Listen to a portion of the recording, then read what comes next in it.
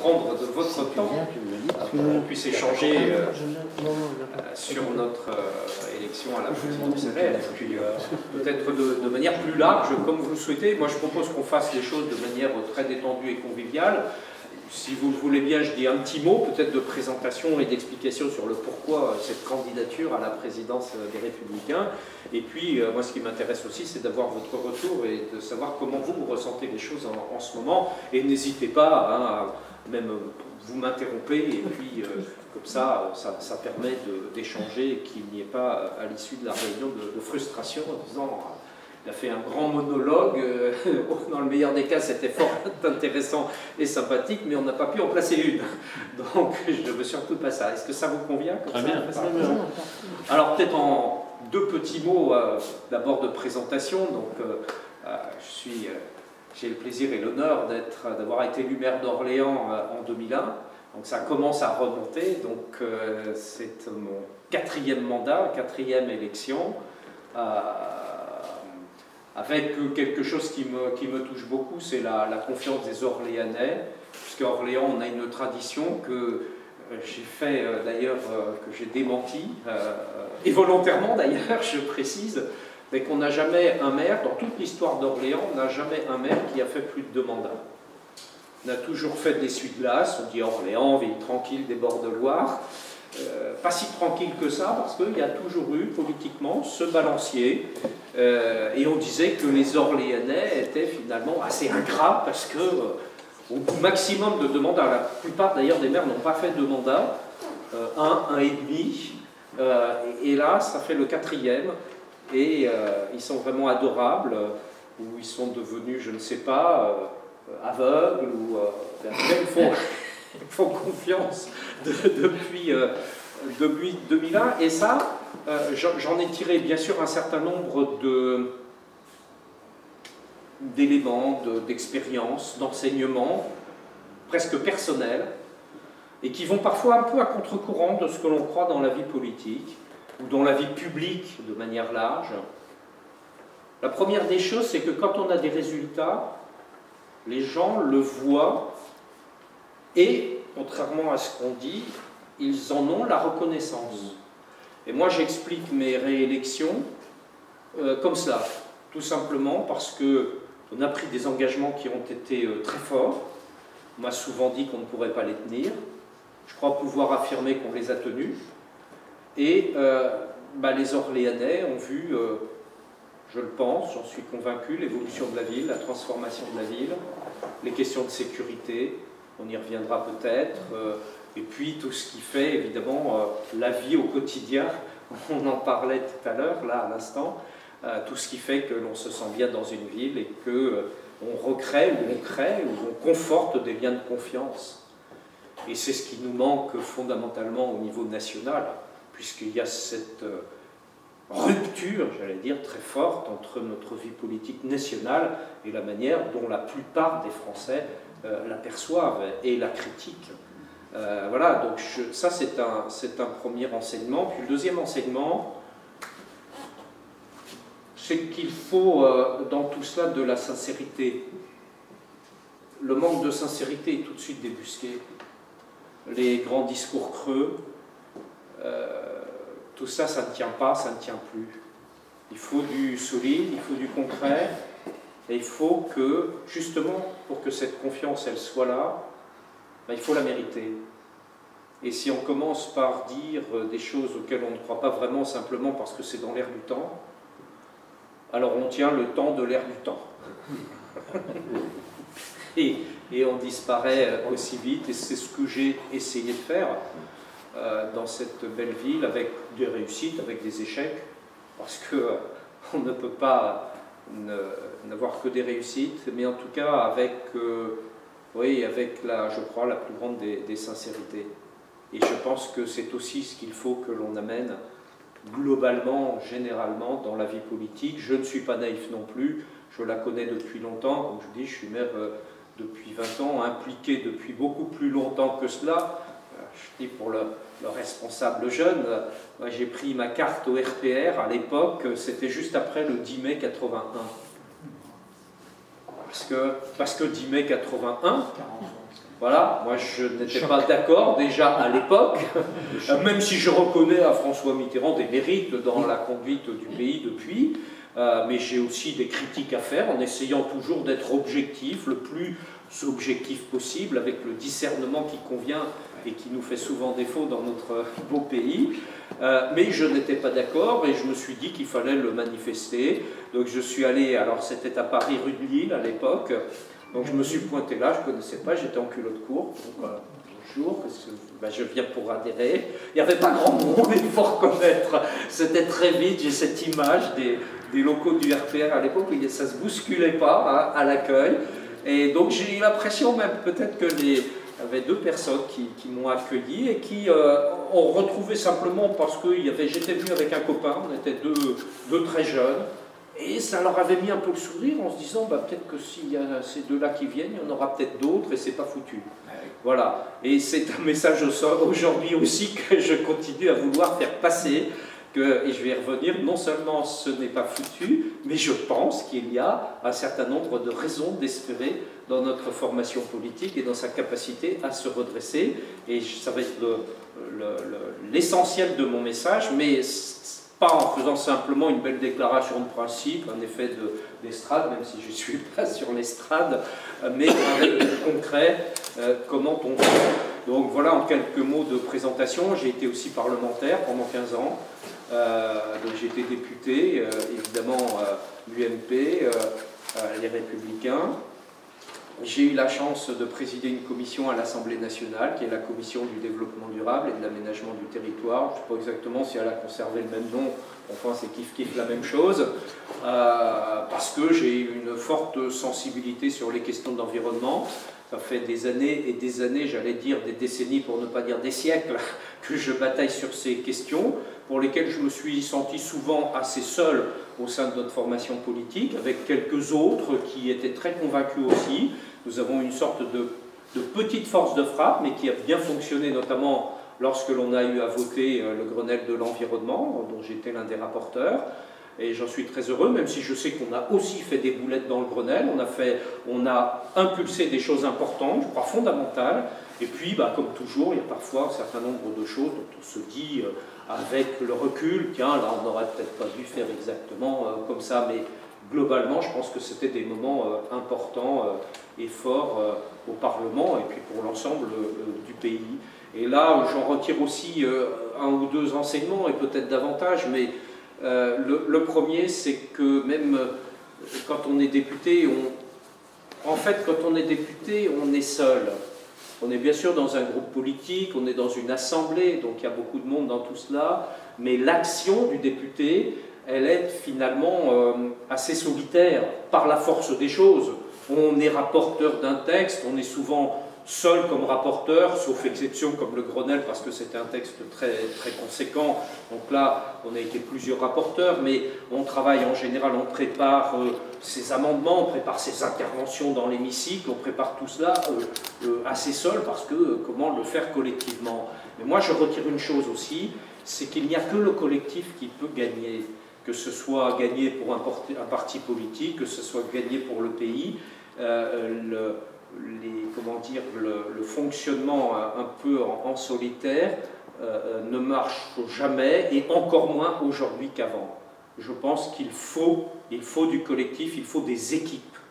Et c'est une des raisons pour lesquelles je me présente à cette élection. Ce sont des messages tout simples. Il faut que l'on trouve ou qu'on retrouve cette capacité que nous avons eue en tant que formation politique dans le passé, à travailler ensemble, à jouer collectif. Il y a des personnalités, on ne va pas se raconter de salade, il y a des personnalités, il y a des jeux individuels, on n'est pas naïf, on sait qu'ils existent, ils ont toujours existé, ils existeront toujours. Mais il faut faire en sorte que ce soit le collectif, l'équipe qui prime, et pas les individualités, aussi fortes soient-elles, aussi intéressantes soient-elles. En d'autres termes, il faut que les individualités se mettent au service du collectif. Ce n'est pas facile, c'est ce qui se passe, on voit là des jeunes qui jouent au foot, en l'occurrence, s'ils jouent tout seuls, ils ne garderont pas le ballon longtemps. Ils ne le garderont pas, le ballon. On a des exemples. Donc moi je souhaite qu'on gagne, et pour gagner, il faut être collectif. Il y a longtemps, un de mes mentors en politique, le principal, quand la première fois que je l'ai rencontré, c'était pas loin de l'hôtel de ville à Paris. À l'époque, vous voyez, on ne se connaissait pas. Et il me dit, vous savez, au RPR, on a l'habitude de chasser en meute. La formule qu'il m'a donnée, je me souviens, ça fait longtemps, chasser en meute. On a perdu le goût de la chasse en meute. Il faut le retrouver parce que sinon nous n'irons pas très très loin. Et je crains aujourd'hui beaucoup un certain nombre de divisions dans notre famille politique, j'en dirai un mot. Donc c'est cet esprit à la fois de ce que j'ai vu à l'Assemblée et puis de mon expérience de maire qui fait que je pense fondamentalement à ce collectif, à cet esprit d'équipe. Un maire ne peut pas faire sans son équipe d'élus. Il fait quoi? Il fait rien. Il ne peut même pas faire voter ses délibérations s'il est tout seul. Donc l'idée de collectif s'impose d'elle-même. Et il faut que cette idée de collectif, avec des sensibilités d'ailleurs différentes. Moi je ne connais pas une équipe municipale où tout le monde pense la même chose. Il y a des débats, il y a des discussions, et puis il y a un moment, le maire tranche, et ça c'est sa responsabilité. Mais il faut qu'il y ait cette émulation, il faut qu'il y ait ce débat, il faut qu'il y ait cette vie tout simplement. Voilà. Et cela, pour bien connaître notre formation politique, je pense qu'il faut réinsuffler cela partout à l'intérieur. J'en dirai un mot après. Voilà sur quelques éléments d'expérience et de présentation. Alors, je termine là-dessus pour en venir peut-être à ce qui est le plus important. C'est pourquoi cette candidature et comment je vois modestement les choses pour la suite. Et c'est là où je voudrais faire passer un message d'espoir. J'ai fait déjà pas mal de réunions un petit peu partout en France, et je sais bien que l'on a des adhérents qui sont un peu déboussolés, qui se disent bah, on cumule les défaites depuis un certain nombre d'années malheureusement, ce qui est vrai. Donc maintenant on est quelque part pris entre deux feux du côté Macron, du côté Rassemblement National. Donc nous on existe comment là-dedans? On fait quoi? Et quelle est la perspective? La suite c'est quoi? Est-ce qu'on va continuer à cotiser tous les ans, on va verser notre adhésion, machin, notre truc, mais et après? Et après? Et comment on gagne pour rediriger la France? Parce que c'est ça la clé, nous sommes un parti de gouvernement. Nous ne sommes pas un parti d'opposition. Il y a des gens qui, me semble-t-il, préfèrent parfois ou souvent être dans l'opposition pour râler, mais sans véritablement être aux responsabilités et sans porter les choses, et sans avoir le poids que tout cela représente. Très bien. Moi, ça ne me motive pas du tout. Moi, je n'ai pas envie de râler pour râler. J'ai envie que l'on retrouve les rênes de ce pays, parce que ce pays va mal, et je pense que nous pouvons lui apporter encore beaucoup de choses. Voilà. Et donc, je veux véhiculer ce message d'espoir, parce que je dis que c'est possible. Par rapport à un certain doute qui est normal au vu de notre situation, se dit, bon, bah, voilà. On est voué à disparaître, en fait. C'est un petit peu dans beaucoup de nos esprits. Bon, ben moi, je dis non. Moi, je dis non, je dis pas du tout. C'est un peu comme après le 10 mai 81. On est cuit. Bah, on a pris le coup de massue sur la tête, et là, évidemment, sur les présidentielles et sur les législatives. Donc voilà, on est un peu comme le boxeur qui est groggy, qui ne sait plus trop où il est, et puis qui vaguement se dit sur le prochain ring, le prochain round, si je suis encore debout, de toute façon je m'en prends une, et là je suis KO. Et donc on sent qu'il n'y croit plus, qu'il n'a plus l'envie. Je dis non, et je vais dire pourquoi. Et je vais dire tout de suite pourquoi. Parce que nous avons aujourd'hui des atouts importants. Nous avons dans notre jeu des atouts importants, et je considère qu'on ne les voit pas assez, ces atouts. Je ne minimise surtout pas la situation dans laquelle on est. Elle est terriblement dégradée. On n'est pas loin d'être en état de mort cérébrale. On est d'accord. Les élections, on a vu, on est à 10% aux législatives, en moyenne. Bon, pour les Français, dehors, est-ce qu'on existe encore? Vaguement, à peine. Donc je ne minimise pas ça. Mais, je dis qu'on a des atouts. Et il y en a 3 pour moi. Au moins 3, il y en a peut-être d'autres. Le premier, c'est qu'en tant que parti politique, même si l'on a vu nos adhérents disparaître, s'effriter, on a un socle qui est fort. Et je le vois bien dans la tournée que je fais en France. Il y a des fédérations qui se portent très mal, on est d'accord. Il y en a qui se portent beaucoup mieux. Il y a des gens qui sont là, qui continuent d'être actifs et qui constituent le socle, la base du redressement. Si on n'avait plus d'adhérents, si on n'avait plus rien, là, on est à 50 000, on monte un peu parce qu'il y a l'élection qui se profile. On était quand même à 130 000, 140 000, je ne sais pas exactement l'année dernière, mais c'est à peu près ça l'ordre de grandeur. On peut y revenir pourvu que, je reprendrai le pourvu que après, on peut. Voilà, donc il y a un socle sur lequel construire. Les fondations de la maison ne sont pas là. Les fondations de la maison sont là, le toit et les murs ont pris un coup. Mais on peut reconstruire la maison sur la base du socle. Ça, c'est le premier élément. Et on se dit plutôt, bah, on a perdu un paquet de monde. Bon, et oui, mais oui, je le sais. Moi, je suis président de la Fédération du Loiret. Elle est assez représentative, donc on a perdu du monde comme partout ailleurs. Mais je sais qu'on a encore un tissu qui est là. Premier élément. Deuxième élément, il est très important également. On a un tissu d'élus locaux que personne d'autre n'a. On a partout en France des élus locaux. C'est pour moi pratiquement la clé du redressement, parce que ce maillage, d'abord, il faut le préserver, il faut l'entretenir, il faut le développer. Mais on a un socle formidable. Moi, j'ai fait l'état des villes qui sont encore chez nous. Ben, il y en a un paquet, dans les villes moyennes. Dans les plus grandes villes de plus de 100 000 habitants, alors là, on a été bien étriés. Il nous reste 2 capitales de région. Il reste Toulouse et il reste Orléans. 2. Ça ne va pas très très loin, on est d'accord. Mais on a dans des villes, j'étais par exemple, on était à Bordeaux.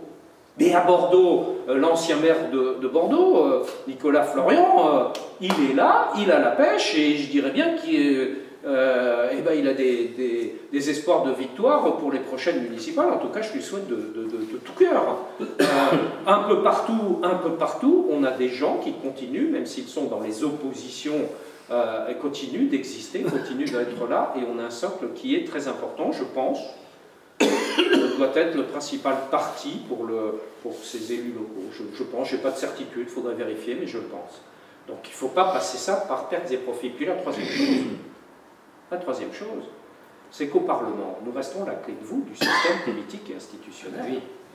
Parce que nous avons le Sénat, et nous avons une 60aine de députés, et qu'on ne peut rien faire sans nous.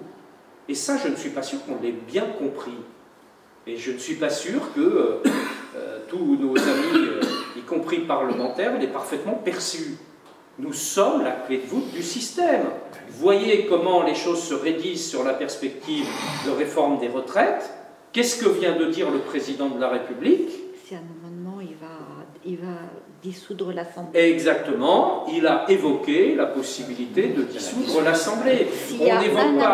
On n'évoque pas cette possibilité-là, si ce n'est pour mettre un coup de pression.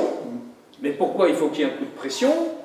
Ah, bah parce qu'il y a du monde en face, et le monde en face, c'est notamment nous. Voilà. Donc, je dis qu'on a des forces, et je dis que l'on n'utilise pas assez ces forces. Voilà ce que je dis aujourd'hui. Alors, la question, c'est, on a des atouts, comment on les utilise? C'est ça la question. Et comment on fait pour se redresser, pour se remonter à partir de ces atouts-là? Et c'est là où je le dis clairement, il faut un certain nombre de conditions. Et j'en vois au moins 3. La première, c'est que notre famille politique, notre maison politique, ouvre les fenêtres et les portes et qu'on mette de l'air dans tout ça. Parce que si l'on en reste à demander aux adhérents, vous venez une fois de temps en temps pour les élections, parce que vous savez, pour ma réélection, j'ai besoin de vous, c'est sympathique, c'est amical, c'est tout ce que l'on veut, mais il y a un moment où ça fatigue quand même. Donc on ne peut pas faire le coup à chaque fois. Et il faut donc que, sur 2 mots que je n'aime pas du tout, mais qui sont imagés, entre le sommet et la base, Et je n'aime pas ces mots parce que j'aurais plutôt envie d'inverser la pyramide. Vous comprenez la logique. Mais sur cette image-là, il faut qu'il y ait les passerelles, il faut qu'il y ait les liens, et il faut qu'il y ait une sorte d'osmose entre tout ça. Pas qu'il y ait ce que je ressens un peu partout en France, ce fossé qui s'est creusé entre les uns et les autres. Le bureau politique, on ne sait pas de quoi il cause. Si je vous pose la question, le dernier bureau politique, j'y suis, hein, que s'est-il passé au dernier bureau politique il y a pas très longtemps, quelques toutes petites semaines? Bah, rien. Si, je crois qu'ils C'est la commission exécutive qui décide. Par rapport de Saint-Étienne, je crois, Oh, mesure. très utile. C'est du... Bon, vous voyez. On ne sait pas. Ah, mais on ne sait pas. Voilà. C'est comme, bon, on n'a pas les ça n'est plus possible.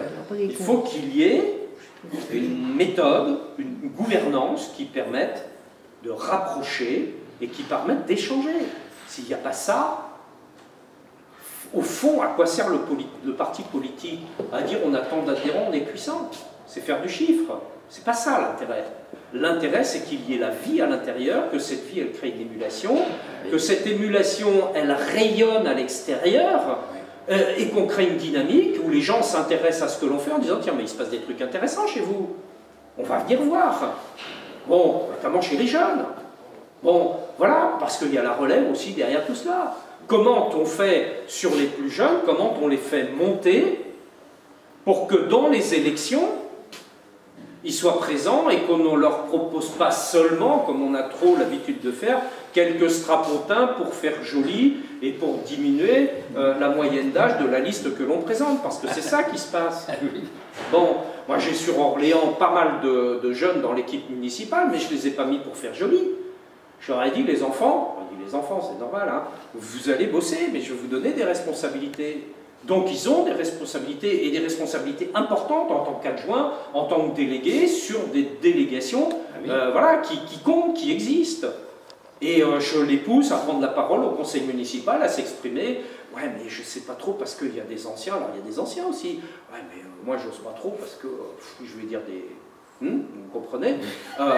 Donc quand on entend, vous me parliez de Florent Montillot, de Michel Martin, qui sont des lourds, effectivement, oui, c'est vrai qu'on... Moi j'imagine, moi j'ai commencé par dire des boulettes au conseil municipal quand j'ai été élu, hein, et j'en ai quelques-unes en tête, elles étaient mignonnes, il faut reconnaître. Bon, je me suis fait ramasser, puis je suis toujours là, et puis j'ai gagné Orléans, et puis voilà, donc on apprend aussi, et puis c'est comme ça que ça vient. Donc voilà, de mettre de l'air dans la maison, etc., de créer ces liens, ou de recréer ces liens, de se structurer de telle sorte que l'on conforte ce maillage. Aujourd'hui, on a des trous ici ou là, on a des manques. Secrétaire de circonscription, je saluais tout à l'heure à l'arrivée. Bon, est-ce que vous en avez partout sur toutes les circos, par exemple, ici? Moi, j'ai des difficultés sur le Loiret, sur certaines où on est en difficulté. Donc, il y a tout ça à faire remonter. Et il y a à retrouver aussi davantage d'élus locaux, parce qu'on a pas mal de sympathisants, mais on en a qui n'adhèrent pas. Donc moi je dis à certains, écoute, t'es gentil, c'est bien, tu nous soutiens et tout, ok, mais pourquoi tu viens pas, quoi? Pourquoi tu viens pas? Et là, on conforte le maillage. Bon, voilà, ça c'est une première condition, et dans cette manière de faire, la présidence et l'organisation à l'étage au-dessus, si je puis dire, du mouvement, elle doit veiller à ça, elle doit veiller au collectif, elle doit... et ce n'est pas facile, j'y participe aussi, donc je sais comment ça se passe, revoir le fonctionnement des commissions nationales d'investiture, ce genre de choses. Enfin, il y a vraiment à conforter les liens qui existent entre les territoires et l'échelon central. Et là, c'est le maire qui parle, c'est ma vision locale qui est là, et qui part de l'importance de cette vision locale, c'est celle-là qui fait gagner et qui doit amener ce collectif national, que ce soit sur les instances nationales. Par exemple, c'est juste un exemple, il faut qu'il y ait davantage d'élus locaux. On a beaucoup de parlementaires, c'est très bien, je l'ai été, bon, mais ça n'est pas suffisant. Nous n'avons pas exactement le même regard, et nous l'avons moins depuis qu'il y a le non-cumul des mandats. Ah oui.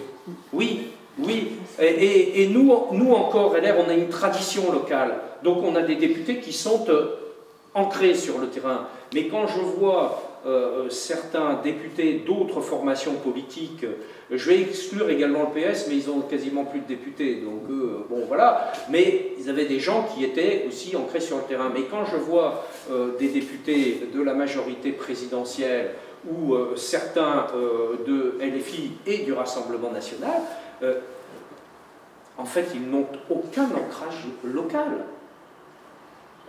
Moi, je ne suis jamais dans les attaques perso, mais je vais le dire comme ça, de manière générale, je connais des députés sur leur circonscription, ils ne connaissent même pas les maires de leur circo. Ils ne connaissent même pas, je peux vous le garantir. Puisque j'ai des maires qui me font des confidences, puisqu'on est, voilà, on est collègues, et qui me disent, monsieur machin ou madame machin, je ne connais pas. Je ne la connais pas, je ne l'ai jamais vu. Même pas sur les vœux du début d'année, non, même pas. J'ai vu des parlementaires qui venaient, alors parfois quand même, sur des vœux, et non, je me suis dit, mais c'est pas possible quand même. Le même discours, sans citer la ville, la commune dans laquelle il se trouvait, sans dire un mot au maire, sans parler des réalisations de la commune, le même mot, le même message tout fait, et comme moi je me déplace beaucoup et je suis beaucoup sur le terrain, à chaque fois j'entendais le même discours. Donc la deuxième fois je me suis dit, tiens, il a déjà fait ce discours-là. La troisième, la quatrième, je me dis, mais c'est quand même formidable, on pourrait être à l'autre bout de la France, on pourrait être n'importe où, le même discours, hors sol. Hors sol, totalement hors sol. Donc nous, justement, que l'on conforte cette force que l'on a, ces forces que l'on a, mais il faut qu'on remette de la vie, qu'on remette de l'air dans tout cela, et qu'on remonte aussi le nombre d'adhérents. C'est évident, c'est un grand enjeu, et j'allais dire urgemment. La deuxième condition, c'est qu'on clarifie la ligne politique. Je pense très sincèrement, je vous dis des choses que... moi je vous dis, sincérité, je dis les choses, d'accord, pas d'accord. Hein. Chacun pense ce qu'il veut et c'est bien qu'on puisse échanger là-dessus. Une chose dont je suis sûr, c'est que je n'ai pas la vérité révélée. Mais ce que je dis, à 10%, nous ne gagnerons plus d'élections. Si vous vous projetez dans quelques années, on se dit mais on va se refaire et puis vous allez voir ce que vous allez voir pour les prochaines présidentielles. Mais qu'est-ce qu'on va voir? Aujourd'hui, on est dans le flou. Et je le dis depuis des semaines, je le dis depuis les législatives, je n'ai pas changé d'avis et tout ce qui se passe ces derniers temps me conforte dans l'analyse. On dit on est dans l'opposition. Bon, ok, on fait un choix. Moi, on est dans l'opposition, on dit on est dans l'opposition, je comprends ce que ça veut dire. On comprend tous. Mais on a voté les textes cet été qui étaient présentés au Parlement. On en a retiré quel avantage, quel bénéfice politique? Zéro. Le prix de l'essence, si on fait un sondage dehors, je pense qu'il n'y a pas une personne sur 100 qui dit c'est grâce aux amendements des Républicains qu'on a eu un certain nombre de choses. Zéro. Donc, bénéfice politique, zéro. Comment on fait pour exister? Comment on fait dans les semaines, les mois, les années qui vont venir? On sera toujours le jambon dans le sandwich. Mais oui, RN, Macron. Et Macron. Voilà, il y a les deux tranches de pain avec un peu de beurre. Oui, on est coincé. Et nous, on est le jambon. On fait quoi? Moi, je dis une chose, mais je dis que si on continue comme ça, on va dans le mur. Directement. Et je suis le seul candidat à le dire. Je suis le seul à le dire. Alors évidemment, ça ne fait pas plaisir de dire on va dans le mur, mais il faut quand même être réaliste. Donc moi, je n'ai pas envie d'aller dans le mur, et c'est aussi pour ça que je me mouille là, que je dis ce que je pense. On va dans le mur, et on va y aller vite. Regardez ce qui commence à se passer. Réforme des retraites. Nous, on dit depuis des années, et certains responsables chez nous ont eu le courage de faire des réformes déjà des retraites, et heureusement qu'ils les ont faites, parce que sinon, je ne sais pas dans quel état on serait, Nous, la ligne, c'est de dire qu'il faut qu'il y ait une réforme des retraites. Et on a dit globalement, on monte à 65 ans pour faire simple, je ne rentre pas dans le détail parce que c'est horrible au plan technique cette affaire, mais c'est l'idée. On monte là. Bon, ok. D'accord. Et là, on est en train de dire, ah bah oui, mais alors la méthode ne va pas. C'est vrai qu'elle ne va pas du tout, la méthode de M. Macron, mais ça, on est habitué, on le sait depuis longtemps. Bon. Mais on va faire quoi au moment du vote? Si vous avez un petit peu regardé la presse, et je lisais le Figaro là tout à l'heure, on est déjà en train de ne pas être sur les mêmes positions exactement entre nos sénateurs et nos députés. Et à l'intérieur de ça, tout le monde n'est pas d'accord. Certains disent, c'est écrit, je ne vais pas les citer, mais j'ai les noms en tête, non mais je ne voterai pas la réforme Macron parce que ce n'est pas ce qu'il faut faire. Et d'ailleurs, il y a des propos tout à fait intelligents pour dire qu'il faut faire autre chose sur la question des retraites. Je ne suis pas sur le fond, hein, vous le comprenez, je suis sur le risque de division. Et puis il y en a d'autres qui disent, attendez, il faut qu'on soit cohérent, ça fait des années qu'on réclame cette réforme, ce qu'ils proposent c'est à peu près ce qu'on veut, on ne peut pas quand même, on est dans l'opposition, on ne vote pas, on est dans la majorité, on vote, alors que c'est pratiquement la même chose. Ça n'a pas de sens, donc il faut qu'on soit cohérent, et ça s'entend parfaitement, donc il faut voter. Mais comment ça va se passer? Mais excusez l'expression, mais bonjour l'attention. Ça, c'est une réforme quand on rentre dans le dur.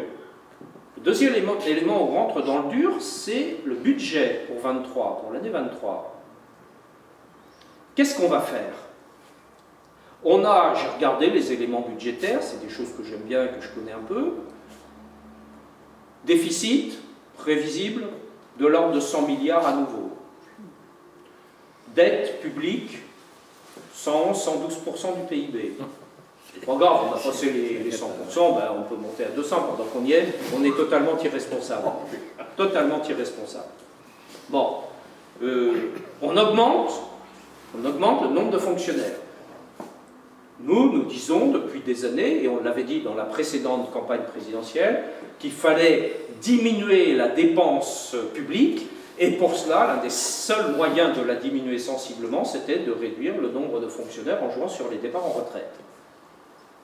Bon, non-remplacement, effectivement, 1 sur 2, 2 sur 3, après on ajuste, mais c'était ça l'idée, effectivement. Et on faisait des économies substantielles, et on pouvait d'ailleurs améliorer les traitements dans la fonction publique en faisant un partage équitable, on vous en demande un peu plus, et il y a un peu plus de sous à la fin du mois. C'était pas complètement absurde, cette idée-là. Bon, on ne l'a pas fait, très bien. On va faire quoi, là? On va faire quoi? Et qu'est-ce qui va se passer? Bah, probablement, on ne va pas voter ce budget. J'ai bien écouté ce que les uns et les autres disaient. Ils n'ont pas dit qu'ils allaient voter contre pour la plupart, mais qu'ils ne voteraient pas le budget. Ce sont des subtilités, des nuances, peu importe. Oui, exactement. Mais, que va faire le gouvernement? Il va faire du 49.3. D'accord. Vous savez que le 49.3, il est encadré. On ne peut pas systématiquement l'utiliser. Donc on peut l'utiliser sur le budget, plus un texte dans l'année. Qu'est-ce qui se passe que le gouvernement a épuisé son droit de tirage sur le 49.3? Je dis une chose simple, c'est que nous sommes inaudibles, parce que nous sommes flous, que nous risquons les divisions internes entre nous, parce qu'on va avoir la pression en permanence sur nous. À chaque texte important, le problème va se reposer, et que nous serons encore plus flous et encore moins audibles. Voilà ce que je dis, et je dis qu'on ne gagnera pas les futures élections à 10%. Alors vous me dites, ça c'est contradictoire avec tout ce que vous nous avez dit, qu'il y a de l'espoir. Oui, parce que moi je pense qu'il faut une autre stratégie, et là aussi je suis le seul à la défendre, et je vais m'en expliquer devant vous. Je pense qu'on ne peut pas rester seul. Je pense qu'on est mort en étant seul. Alors vous allez me dire, vous voulez quoi? Une NUPS de droite, ou vous soumettre à Macron? Ni l'un ni l'autre. Et je vais m'expliquer. Je ne veux pas d'une NUPS de droite, pour un certain nombre de raisons, et au-delà des questions d'éloignement entre les éléments qui composent le Rassemblement national, voire a fortiori M. Zemmour et nous, il y aurait beaucoup à dire, mais politiquement. Je reste sur le terrain politique et je ne donne pas de leçons de morale aux uns et aux autres. On a déjà vu ce que ça donnait la NUPS. Elle est à gauche. LFI, PS et les autres. LFI et PS sont dans un bateau. PS tombe à l'eau. Qu'est-ce qui reste? Il reste LFI.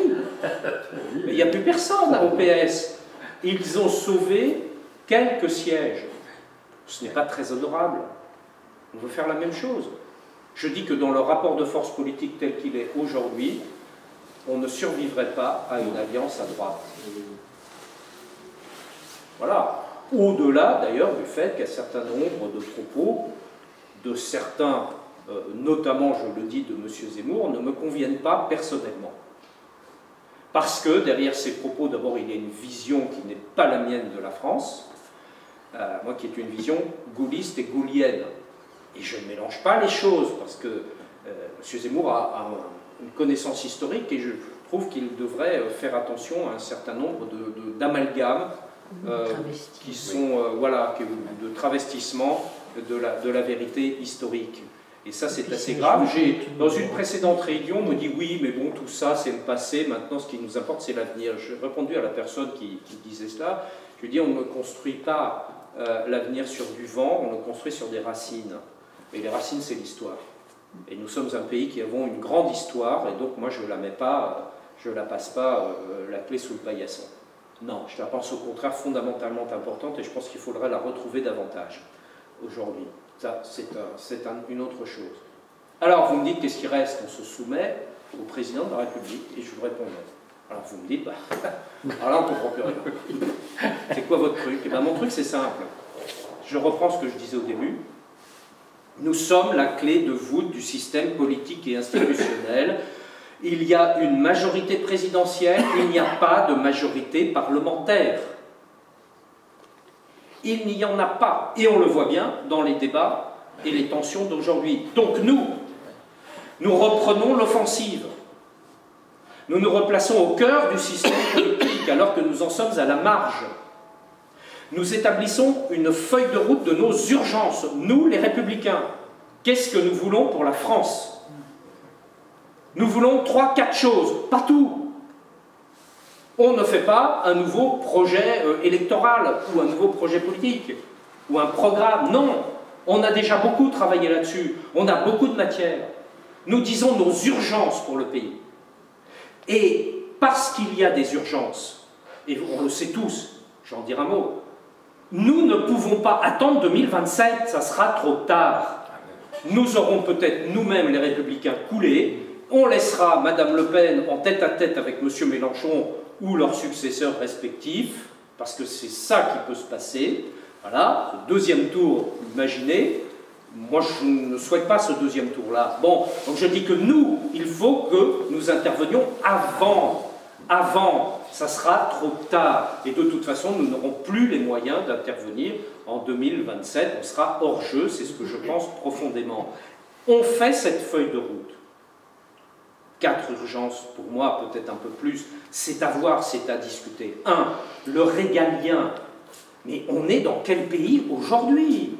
Les questions de sécurité, les questions de délinquance, ah, ça devient, c'est tous les jours à la télé ou ailleurs que l'on voit des choses, mais qui sont invraisemblables, juste invraisemblables. Et on est dans une sorte d'acceptation, parce que, de sorte de fatalisme. Oui, c'est dramatique, mais on ne peut pas faire autrement. Moi, je dis bien sûr que si, on peut faire autrement. Je prends, pardonnez-moi, je ne veux pas être prétentieux, mais l'exemple que je connais le mieux, j'en connais d'autres, mais c'est celui d'Orléans. Nous étions, contrairement à l'image répandue à l'extérieur, dans le début des années 2000, devenue une ville délinquante, très délinquante. On est arrivé, et notamment pour ceux qui le connaissent avec Florent, avec un programme extrêmement précis. Ah oui, ça marche. On l'a mis en œuvre. Dans les villes de plus de 100 000, on est la première des villes de France pour la baisse de la délinquance. On fait moins 85%. C'est pas, vous savez, quand on fait moins 3%, le truc, on dit, oh, bah, c'est pas mal, et tout, non, on fait moins 85. Là-dedans, la délinquance des mineurs a elle-même diminué, en plus de la diminution générale. Je ne fais pas de miracle, mais on a dit un certain nombre de choses. On avait des gens, c'est Florent qui m'appelle, on avait des gens qui connaissaient, je plaisante, qui me dit qu'il y a des problèmes sur Orléans, non, je plaisante, je croise les doigts. Et on a mis en œuvre ce que l'on avait dit que l'on ferait. On avait beaucoup travaillé. On a été, vous en souvenez, la première ville de France sur les mineurs, à interdire les mineurs de moins de 13 ans à faire les imbéciles dehors la nuit. Oui. Bon, on a créé une brigade canine, on a armé la police municipale, on l'a renforcée, on a créé des liens très forts avec l'autorité judiciaire, avec à l'époque le procureur de la République, avec lequel on a vraiment très très bien travaillé. On a créé des dispositifs de prévention, de réussite éducative, on a travaillé avec tous les acteurs en prévention spécialisée, en prévention, etc. On a ces résultats-là. C'est parfaitement tranquille à Orléans? Non, non. Si je dis moins 85%, il en reste. Tous les jours, on a des soucis. Mais on n'a pas les soucis qu'on voit ailleurs. Et on sait où sont nos problèmes. Et on sait là où on aurait besoin du renforcement de l'État. Ce que je veux dire, ce qui est possible sur une ville est possible partout. Les mêmes causes produisent les mêmes effets. Bon, voilà. Sécurité. Beaucoup en font des discours. Parfois un peu démago, nous on agit et on a des résultats. Ça c'est une première chose, ce volet-là il est fondamental. Je pourrais y intégrer les questions d'immigration, parce que la France n'a plus les moyens de supporter ces flots d'immigration qui sont continus et que l'on ne parvient pas à intégrer. Donc voilà, les choses sont simples, je pourrais parler des questions de justice. Bon, voilà, le premier paquet, c'est le régalien. Le deuxième paquet, c'est l'environnement et l'énergie. Ça fait 20 ans que je le dis. On est dans le pétrin. La 5e ou 6e puissance mondiale ne sait pas si elle va se chauffer cet hiver. Ben oui. Non mais on est où? Enfin, mais on est en voie de sous-développement. On a eu une force formidable qui s'est appelée la politique nucléaire. De Gaulle, Pompidou, Giscard d'Estaing. 20 ans d'un développement formidable, avec des atouts énormes. Ça fait plus de 10 ans qu'on casse l'outil. C'est quand même impressionnant. Comment se couler le bateau sur lequel on navigue? Et alors là, il y en a qui vont carrément à la hache, hein, comme les pirates, vous savez, dans Astérix. Et pour se saborder, ils sont très très forts. Et ben voilà, nous on creuse. Ben, on va couler. On a 37 réacteurs qui sont aujourd'hui arrêtés. 37 réacteurs nucléaires. J'étais il n'y a pas longtemps avec des responsables d'EDF. Bon, qui font tout leur possible, mais qui disent aussi, et je pense qu'ils ont raison de le dire, on a perdu des compétences parce que comme on nous a expliqué qu'on fermait des centrales, qu'on allait continuer à en fermer, mais on ne peut pas maintenir les compétences. Et maintenant, on les houspille parce qu'ils ne peuvent pas remettre en route des centrales nucléaires comme ça, au doigt et à l'œil. Mais évidemment que non, quand on connaît ces questions industrielles, on sait bien la complexité des choses. Bon, et on a en partie perdu cette compétence qui était un atout majeur de la France dans le monde. Bon, donc une politique de l'énergie, oui, avec ce qu'on appelait à l'époque, il y a quelques années, l'opération Grand Carénage sur le nucléaire, avec le développement de nouveaux types de centrales nucléaires qui sont en gestation, et avec tout le développement des énergies renouvelables, non carbonées ou décarbonées, et on a tout pour le faire. On a tout pour le faire. Je me demande encore ce qu'on attend. Nous, on a lancé Orléans décarboné, et on va produire, nous, ville d'Orléans, de l'énergie propre, décarbonée, nous-mêmes. On est en train de créer une entreprise là-dessus. On a fait un recensement de tous les endroits qui peuvent accueillir notamment du photovoltaïque, parce que c'est l'énergie aujourd'hui qui est la plus simple et la plus fiable à produire. Je ne crois pas trop, on avait beaucoup travaillé là-dessus, Commission de développement durable, l'éolien, je suis réservé sur l'intérêt de l'éolien terrestre. Bon, il y a d'autres aussi manières de produire de l'énergie. Il y a la géothermie. La géothermie, on a des fleurons On a le BRGM en France qui est le numéro 1 mondial sur tous ces sujets-là. Qu'est-ce que l'on attend pour faire travailler tout ce monde-là sur ce sujet de la géothermie? On a les outils, on a tout. Je vous dis, je ne comprends pas pourquoi on ne l'a pas fait depuis déjà un certain nombre d'années. Et là, mais c'est assez formidable parce que d'abord, et notamment pour les plus jeunes, pour tout le monde et pour les plus jeunes, on crée une perspective. On prend les problèmes à bras-le-corps. Le dérèglement climatique, je parle depuis des années, je ne l'ai pas, j'ai travaillé dans le domaine spatial avant, et on voyait, depuis là-haut, on voit tout ce qui se passe sur la planète, donc on voit le désastre. Hein. Ah, on le voit très très bien, c'est dramatiquement formidable, si je peux utiliser l'expression. Donc on voit la déforestation, on voit les pollutions, moi j'avais étudié les pollutions en Méditerranée, on voit tout ça, etc. Voilà. Les scientifiques, etc. alertent, on a compris là, on y allait tout droit avec ce qui s'est passé, parce que je pense que l'opinion a été marquée par les incendies, par la sécheresse qui est dramatique, etc., etc. Donc ça c'est le deuxième volet. Deuxième volet, la politique de l'énergie et la politique environnementale. Et on ne fait pas une écologie du moins. On fait une écologie du mieux. C'est complètement différent. Et on parie sur la recherche, sur la science, sur nos entreprises. Je pourrais parler pendant des heures du domaine de l'eau. On a des fleurons industriels dans le domaine de l'eau. Et on a tout ça là. Il faut mobiliser tout ça. Voilà, De Gaulle l'a fait en 58 avec des résultats fabuleux. Alors on n'est pas De Gaulle, on est d'accord. Et on peut s'inspirer de ce qui a fonctionné, ce qui a marché. Oui. Troisième sujet, on parlait, c'est la question financière, la question de la dette de l'État et de la dette publique en général, et de la réforme de l'État. Moi je le vis tous les jours, je ne sais pas pour les collègues élus, mais j'en ai par moments plein les bottes. Il faut une énergie considérable, la montagne accouche d'une souris. L'État qui a été un formidable boost pour le pays, notamment dans les années 60, est devenu un vecteur de paralysie, un fardeau qui coûte très cher et qui devient, entre guillemets, improductif. On l'a vécu sur la crise du Covid. Je ne sais pas comment ça s'est passé ici, mais moi j'ai pris l'initiative en tant que maire d'armer, comme on dit, un centre de vaccination à l'échelle de la métropole d'Orléans parce qu'il n'y avait rien. Et ce sont des personnels municipaux qui ont fait fonctionner 24, nous aussi. Voilà.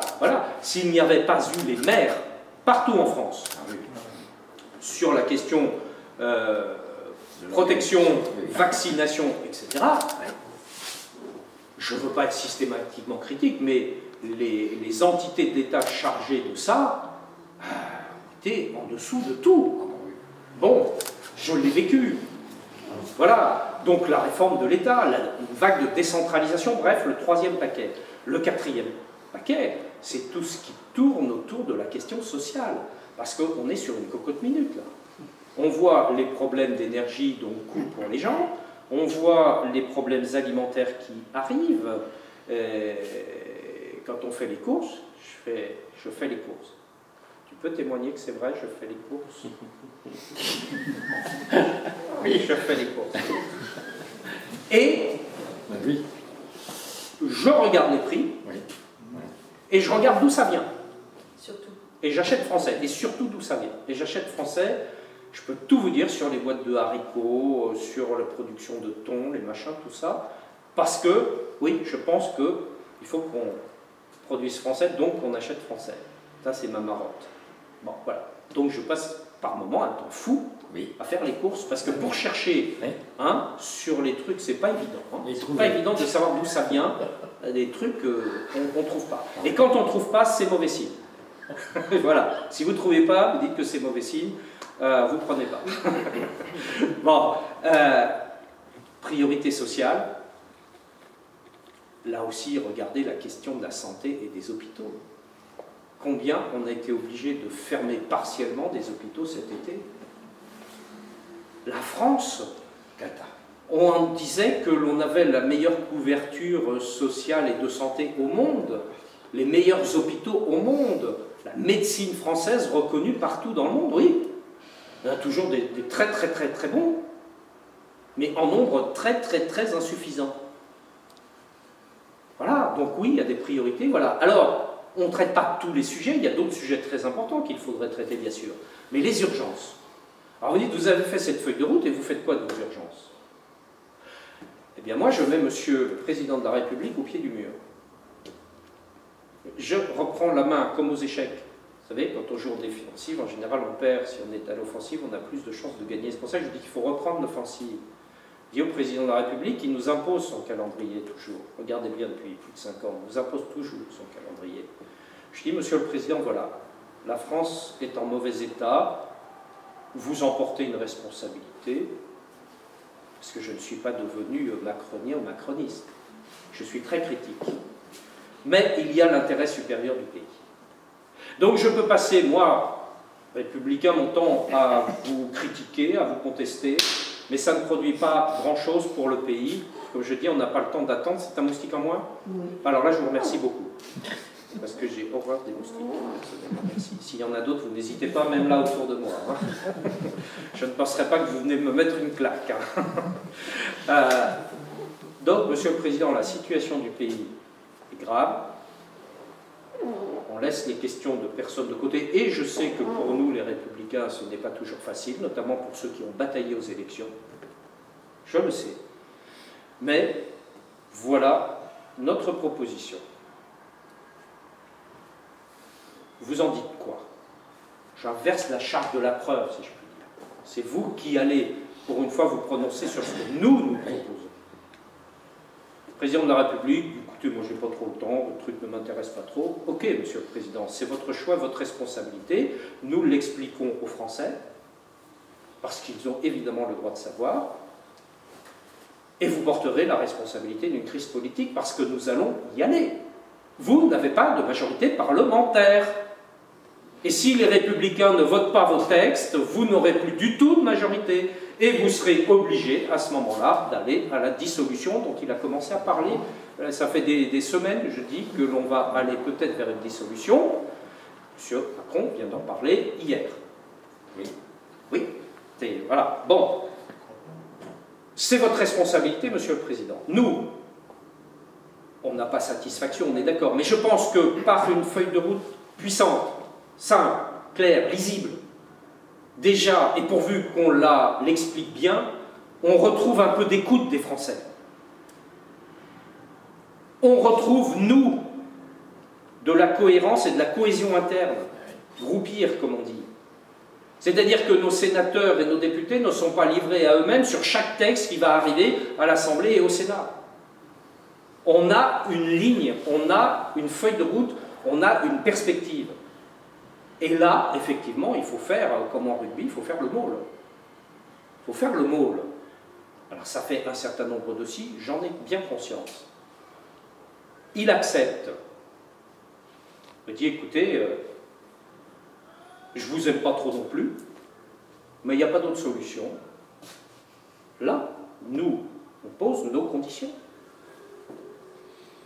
Qu'est-ce qui se passe? On est en situation, pour cette feuille de route, sur ces quelques urgences, de mettre en œuvre. Et là, nous avons un défi devant nous, qui est de réussir. Si nous réussissons, je pense qu'on retrouve là du crédit auprès des Français et la confiance que l'on a perdue. Je pense qu'on revient sur une pente ascendante. Ça prendra du temps. C'est compliqué, c'est difficile. Je ne vois pas, pour tourner ça dans ma tête depuis des semaines et des semaines, je ne vois pas d'alternative crédible à cette solution-là. Je la sais risquée. Je pense qu'il n'y a pas d'autre choix. Et je pense qu'il faut prendre le risque. Si nous étions à 25 ou 30%, je réfléchirais. Si M. Macron était en capacité de se représenter aux prochaines élections présidentielles, ce qui n'est pas le cas, je réfléchirais. Et là, je pense que c'est un moyen, encore une fois, de refaire cohésion, c'est un moyen de se remettre au centre du jeu politique, et c'est un moyen de construire la suite et d'éviter la crise politique, qui est mauvaise pour nous, mais qui est surtout mauvaise pour la France. Je crois que la France ne supportera pas dans l'état où nous nous trouvons, une crise politique supplémentaire. Avec tout ce qui se passe en ce moment, vous imaginez une dissolution? Alors nous, on est 60 et quelques, je pense qu'on revient à 30. Hein. Et encore. Les 30 qui reviendraient, ce seraient vraiment très très solides, très costauds. Vous me direz qu'à chaque élection maintenant, depuis 20 ans, on perd à peu près la moitié de nos députés. Il y a une règle, pas tout à fait, c'est pas tout à fait vrai, mais c'est l'ordre de grandeur. On peut continuer. Donc je dis qu'il ne la faut pas, cette dissolution, d'abord pour le pays. D'abord pour la France. Oui, c'est pas sûr. On n'en sortira pas. Dissolution, nouvelle élection, des semaines et des semaines, nouveau gouvernement à former. S'il y a une majorité qui ressort des élections, qui peut être certain aujourd'hui qu'il y aura une majorité, ça se regroupe, le président de la République dramatise, les gens se disent pour en sortir, vote plutôt pour ses proches, pour sa sensibilité politique, peut-être. Les autres rassemblements nationaux, LFI, s'en tirent parce qu'ils surfent sur le mécontentement, en disant, vous voyez, on vous l'avait bien dit, enfin, on connaît le discours, et ils en retirent bénéfice. En tout cas, je ne crois pas que ce sera nous qui en retirerons le bénéfice. Ça, je suis persuadé du contraire. Mais je dis que c'est d'abord dans l'intérêt du pays. Et c'est ça aujourd'hui qui m'inquiète beaucoup, c'est que dans notre flou, nous mettons dans la marmite qui bouillonne des ingrédients pour aller à la crise. Et je ne crois pas que ce soit volontaire. Parce que nous ne faisons pas la politique du pire, ce n'est pas notre logiciel. Je crois que c'est simplement parce que l'on n'a pas, depuis les élections, on était un peu groggy, on n'a pas débattu. On n'a pas discuté de tout cela. C'est ça que, aussi le sens de ma candidature, c'est de dire, mais enfin, il faut que le parti prenne ces questions-là, j'allais dire, les prenne à bras-le-corps, parce que c'est l'enjeu de la survie pour nous. Et je suis au regret de dire que l'on n'en discute pas, du tout, du tout, du tout. Je ne sais même pas comment, cette non-stratégie, on est dans l'opposition, il y a 2-3 personnes qui ont dit ça, et puis voilà, et puis c'est acté, c'est acquis. Et moi je n'acte pas parce que je pense qu'on va dans le mur, et je ne veux pas qu'on aille dans le mur. Voilà mon intime conviction, et je termine en disant que sur cette élection, donc vous comprenez le sens de ma candidature. Moi je souhaite, et je l'ai déjà proposé en interne, que ce soit un moment de débat. C'est quelque peu difficile à organiser, mais je le regrette. Je le regrette que ce soit difficile à organiser, parce que je pense que c'est assez simple en fait. Je pense qu'on a des outils modernes de communication que l'on peut utiliser pour faire participer le plus de personnes possible. Bon. Et je dis qu'il y a 2 dates butoirs là. Et je me permets d'attirer votre attention là-dessus. Le 3 novembre, sur la question des parrainages. Vous savez que dans les statuts, et d'ailleurs c'est contesté, vous savez, ça n'est pas encore très simple. Bon, moi j'essaye de proposer le rassemblement, donc c'est pas pour mettre de l'huile sur le feu, donc je laisse ça de côté. Parrainage au 3 novembre. Il faut 500 adhérents, j'arrondis le chiffre, hein. 500 adhérents à jour de cotisation ou pas d'ailleurs, parce qu'il y a un flou là-dessus finalement qui se fait jour. Donc moi je ne sais plus à qui je demande des parrainages exactement aujourd'hui. Je suis un peu embarrassé, mais bon, tant pis, hein, voilà, je les demande quand même. Et voilà. Et puis il faut 10 parlementaires.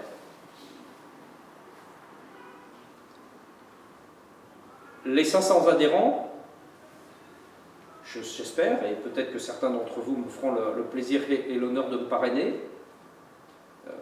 J'espère, je pense les avoir. Je vous le dis très sincèrement, les 10 parlementaires, c'est plus compliqué.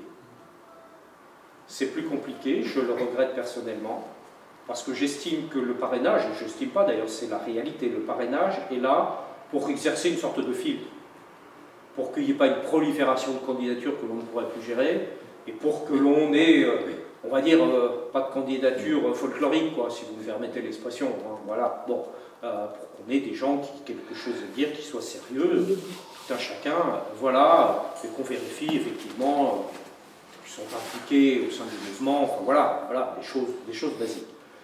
Il ne faudrait pas que ces parrainages se transforment en outil de censure, et notamment pour éviter le débat que moi je souhaite avoir. Voilà, je le dis très simplement, très amicalement et très sobrement.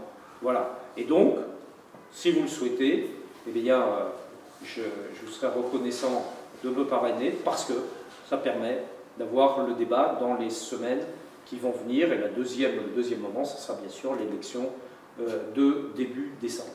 Et voilà, et chacun fera son choix comme il l'entend.